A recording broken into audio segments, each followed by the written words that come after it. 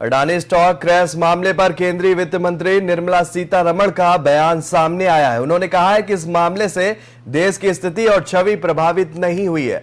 RBI इस मसले पर अपना स्पष्टीकरण पहले ही जारी कर चुका है। एजेंसियां अपना काम कर रही हैं। यह पहली बार नहीं है कि एफपीओ वापस लिए गए हों। इससे पहले भी कई बार एफपीओ वापस लिए गए हैं। केंद्रीय वित्त मंत्री सीतारमण ने कहा कि हमारे देश में पहली बार एफपीओ वापस नहीं लिया गया है। इससे पहले भी कई बार एफपीओ वापस लिए गए हैं।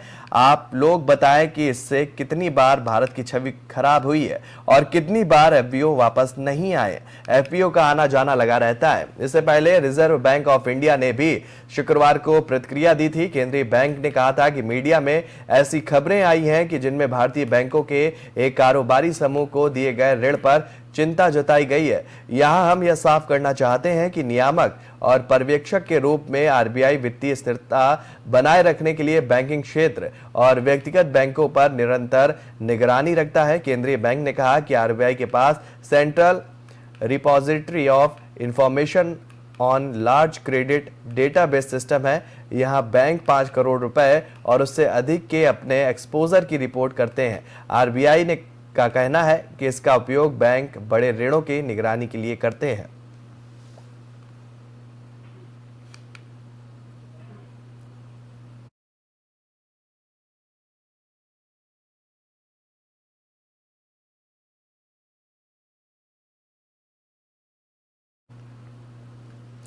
वहीं जेएनयू के छात्र शर्जील इमाम को दिल्ली की अदालत ने जामिया हिंसा केस में बरी कर दिया है। शर्जील के खिलाफ यह मुकदमा दिल्ली पुलिस ने साल 2019 में दर्ज किया था। इसमें शर्जील पर दंगा भड़काने और लोगों को हिंसा के लिए उकसाने का आरोप लगा था। इसके अलावा भी शर्जील के खिलाफ आधा दर्जन अन्य मुकदमे लंबित हैं। हालांकि कोर्ट में सुनवाई के दौरान दिल्ली इस संबंध में पुख्ता प्रमाण नहीं पेश कर सकी। ऐसे में अदालत ने इस केस में संदेह का लाभ देते हुए शर्जील को बरी किया है। आपको बता दें कि नागरिकता कानून का देश भर में खूब विरोध हुआ था। आरोप यह भी है कि इसी दौरान शर्जील इमाम ने दिल्ली के जामिया इलाके में समुदाय विशेष के लोगों के बीच भावनात्मक भाषण दिया था। इसके बाद शर्जील ने सोशल मीडिया पर भी भड़काऊ बयान दिए थे। आरोप यह भी है कि शर्जील के इन भाषणों की वजह से नागरिकता कानून के खिलाफ शुरू हुआ विरोध प्रदर्शन हिंसक हो गया था। शर्जील के कथित तौर पर इस राष्ट्र विरोधी बयानबाजी के संबंध में शर्जील इमाम को दिल्ली पुलिस ने बिहार के जहानाबाद से गिरफ्तार किया था। शर्जील इमाम के बयान का एक वीडियो सोशल मीडिया पर भी वायरल हुआ है। इसी वीडियो के आधार पर उन्हें देश विरोधी बयानबाजी करने का आरोप लगा था। दिल्ली पुलिस के मुताबिक शर्जील के इस वायरल वीडियो की वजह से दिल्ली में दंगा भड़का था। पुलिस ने इस वीडियो की प्रारंभिक जांच कराई। इसमें पता चला है कि यह वीडियो 16 जनवरी को अलीगढ़ मुस्लिम यूनिवर्सिटी में रिकॉर्ड किया गया था। उस समय शर्जील एएमयू में सार्वजनिक तौर पर भाषण दे रहा था। इस वीडियो में शर्जील इमाम उत्तर पूर्व भारत के शेष भारत से काटने की बात करते हुए सुने गए थे।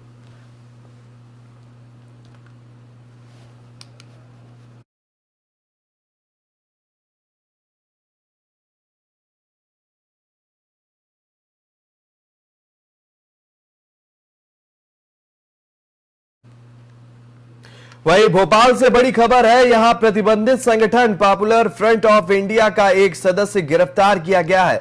शिवपुर निवासी आरोपी वासिद खान को भोपाल से गिरफ्तार किया गया है। गिरफ्तार करने के बाद कोर्ट ने आरोपी वासिद को 8 फरवरी तक की पुलिस रिमांड पर सौंप दिया है। इस पर गृह मंत्री नरोत्तम मिश्रा का क्या कुछ कहना है, आइए आपको सुनाते हैं। लगातार मालवा में कार्रवाई होने के बावजूद भी ये कार्रवाई जो पीएफआई के पकड़े गए हैं, वासिद खान पुत्र बाबू खान, ये जो पूर्व में 18 लोग गिरफ्तार हुए थे, उसमें से 1-2 लोग जो फरार चल रहे थे, उसी में से एक है। इसी भोपाल की एटीएस ने पकड़ा हुआ है। एटीएस के द्वारा जो अपराध पंजीबद्ध था 43/2022, उसी के अंदर इनको पकड़ा गया है। ये वासिद खान पीएफआई की एक लीगल विंग थी, NCHRO, उसका काम करता था और उसका वो महासचिव भी था। इसको पकड़ा गया है। इसको अभी 8 तारीख तक की पुलिस रिमांड पर लिया गया है। पूछताछ में और भी कई विषय खुलने की संभावना। और बढ़ते हैं अगली खबर की तरफ। मध्य प्रदेश में विधानसभा चुनाव में आम आदमी पार्टी सभी 230 सीटों पर चुनाव लड़ेगी। आम आदमी पार्टी के राष्ट्रीय संगठन महामंत्री डॉक्टर संदीप पाठक ने भोपाल में एक प्रेस वार्ता में कहा कि आम आदमी पार्टी आने वाले विधानसभा चुनाव में मध्य प्रदेश में सभी सीटों पर चुनाव लड़ेगी और पूरी ताकत से लड़ेगी। पार्टी पंजाब, गुजरात और दिल्ली की तरह चुनाव लड़ेगी। पाठक ने कहा कि मुझे उम्मीद है कि मध्य प्रदेश की जनता एक नई तरह की राजनीति के लिए तैयार है। देश में दो तरह की राजनीति है, पहली सकारात्मक और दूसरी नकारात्मक राजनीति।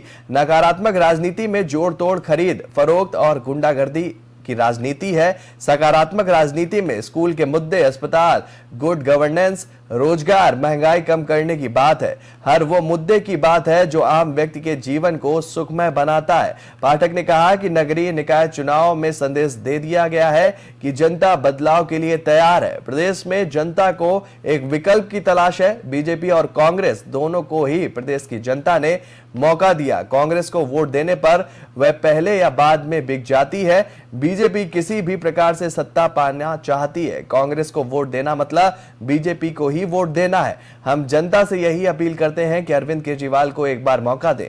पाठक ने आगे कहा कि हम सदस्यता अभियान शुरू कर रहे हैं। जनता कॉल करके पार्टी से जुड़ सकती है। पाठक ने कहा कि हमारा परिवार अब बढ़ रहा है। प्रदेश में नई कार्यकारिणी का गठन 1 से 1.5 महीने में कर दिया जाएगा। पाठक ने आगे कहा कि हर साफ छवि के व्यक्ति का आम आदमी पार्टी के परिवार में स्वागत है।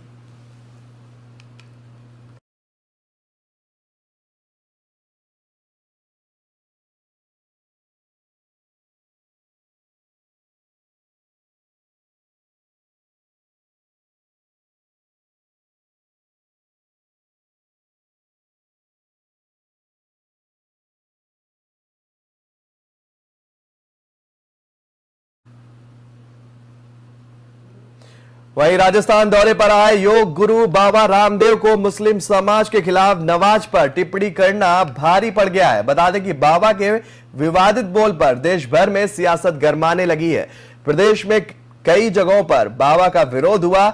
टोंक कलेक्ट्रेट में मुस्लिम समाज और अधिवक्ताओं ने बाबा के खिलाफ आक्रोश प्रदर्शन कर कोतवाली थाने में परिवारवाद दर्ज करवाया है। राज्य अल्पसंख्यक आयोग ने भी बाबा की बात पर नाराजगी जताई है। स्वामी रामदेव ने बाड़मेर में एक धर्मशाला को संबोधित करते हुए इस्लाम और मुसलमानों के खिलाफ विवादित बात कही थी। क्या कुछ उन्होंने कहा था, आइए आपको सुनाते हैं। पूछो थारो धर्म क्या है? वो कहे कि बस 5 बार नमाज पढ़ो, फिर जो मनवा वो करो, चाहे हिंदुओं की छोरियों में उठा के लाओ, चाहे जो भी पाप करना है करो। वो इस्लाम का मतलब नमाज समझते हैं। घने पाप करते हैं हमारे बहुत से मुस्लिम भाई, लेकिन नमाज जरूर पढ़े मेरे बेटा, क्योंकि उनको यही सिखाएगा बस नमाज पढ़ो, बाकी जो करना है करो। आतंकवादी बन गए घने, बाकी और जितने भी अपराधी घने बन गए, नमाज जरूर पढ़नी, बस इतना ही सिखाओ, नमाज पढ़ो, जो मन में आए वो करो। ऐसा हिंदू धर्म नहीं है। वो ईसाई क्या सिखाते हैं? बोले बस वो चर्च में जाओ, उठे चाहे दिन में भी मोमबत्ती जलानी हो जलाओ, और ईसा मसीह के सामने खड़े हो जाओ, सारे पाप नष्ट। और उनका स्वर्ग का मतलब है टखने के ऊपर पैजामा पहनो, मूछ कटवा लो, टोपी पहन लो। ऐसा कोई कुरान कहता है या ऐसा इस्लाम कहता, मैं नहीं कह रहा हूं, लेकिन ऐसा ही कर रहे हैं लोग। वहीं सपा सुप्रीमो अखिलेश यादव ने मुरादाबाद में भाजपा पर निशाना साधा है। समाजवादी पार्टी के राष्ट्रीय अध्यक्ष और पूर्व मुख्यमंत्री अखिलेश यादव ने कहा है कि भाजपा सरकार में जनता के साथ अन्याय हो रहा है। और क्या कुछ उन्होंने कहा, आइए आपको सुनाते हैं। लगातार बढ़ता जा रहा है और अन्याय चरम सीमा पर है, और कई ऐसे मौके हैं। मैं आपको कन्नौज का उदाहरण दे सकता हूं। वहां पर सरकार के डिप्टी सीएम के माध्यम से लगातार संपर्क रहा। वहां पर बहुत सारे भारतीय जनता पार्टी के लोग लगे रहे। एक हत्या हुई, उसके बाद मैंने जिलाधिकारियों को कहा कि अगर हत्या हुई है उसके दोषी आप लोग हैं, प्रशासन है। और ये बात मैंने इसलिए कही कि अगर प्रशासन सही समय पर न्याय दे दे तो घटनाएं नहीं होंगी। प्रशासन पूरा भारतीय जनता पार्टी के इशारे पे काम कर रहा है और कई जिलों में भारतीय जनता पार्टी का पदाधिकारी बन के काम कर रहे हैं। कोरामपुर हमारे बगल में आदरणीय आजम खान साहब बैठे हैं, इन पे सब झूठे मुकदमे लगे हैं।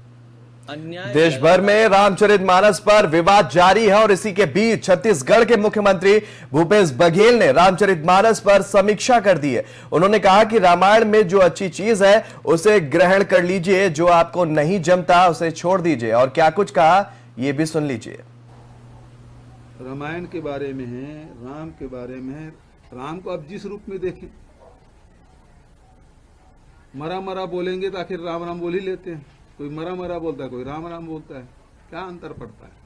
आप किसी नाम से उसे जपें, चाहे उसके विरोध में भी बात करें तो ऊपर भी उसका नाम है। दूसरी बात, रामायण के मामले में कहना चाहूंगा, मैं उस दिन भी बोला था कि इस मामले में विनोद भावे जी ने बहुत अच्छी बात कही है। किसी भी धर्म ग्रंथ के या किसी भी दर्शन के किसी समय लिखा गया है तो आज के समय में, आज की परिस्थिति में उसको गूढ़ विवेचना करना चाहिए और उस तत्व को, सार तत्व, सूक्ष्म से सूक्ष्म तत्व को भी विचार करके ग्रहण करना चाहिए। जस के तस ग्रहण नहीं करने का आवश्यकता है। 650 साल पहले रामायण लिखा, वाल्मीकि रामायण तो और पहले का लिखा गया है। देश में अनेक प्रदेश हैं जहां रामायण की रचना, कितने भाषा में रामायण की रचना हुई है। तो वो जैसे लिखे उसी प्रकार से आपको स्वीकार करने की आज की परिस्थिति में जरूरत नहीं है। जो जो मूल तत्व है उसकी विवेचना करिए और उसके जो सूक्ष्म तत्व को ग्रहण करिए, जो आज आपके लिए जरूरी है। तो और ये जो वाद विवाद कर रहे हैं वो गलत है। आप रामायण में जो अच्छी चीजें उसको ग्रहण कर लीजिए ना, उसमें जो मान लो आपको नहीं जानता उसे छोड़ दीजिए। लेकिन उसके अलावा बहुत सारी चीजें, एक चौपाई, एक दोहा, 2-4 दोहे से फर्क नहीं पड़ता उस इतने बड़े ग्रंथ में। लेकिन उसको आपको, महाभारत लिखा गया है, वेद लिखा गया है, तो उसके उपनिषद लिखा गया है, गीता है, तो उसमें जो मूल तत्व है उसे ग्रहण करिए ना। आज की परिस्थिति में हर के लिए हर बात सही नहीं हो सकता, प्रत्येक बात प्रत्येक व्यक्ति के लिए सही नहीं हो सकता।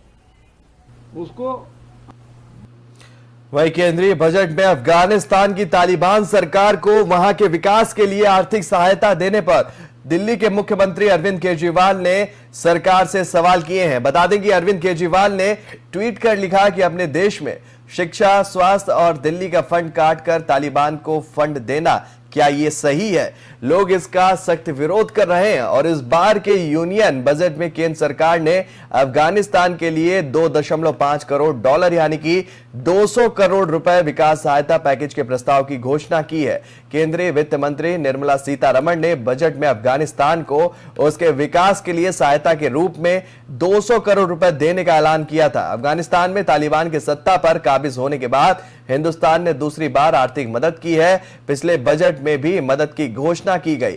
वहीं तालिबान की नेगोशिएशन टीम ने सदस्य सुहेल शाहीन ने कहा कि भारत की आर्थिक मदद की वो सराहना करते हैं। यह दोनों देशों के रिश्तों को सुधारने और विश्वास बढ़ाने में मदद करेगा। उन्होंने आगे बताया कि अफगानिस्तान में कई प्रोजेक्ट में इंडिया फंड कर रहा है। हिंदुस्तान यह जारी रखता है तो दोनों देशों के संबंध और भी ज्यादा सुधरेंगे।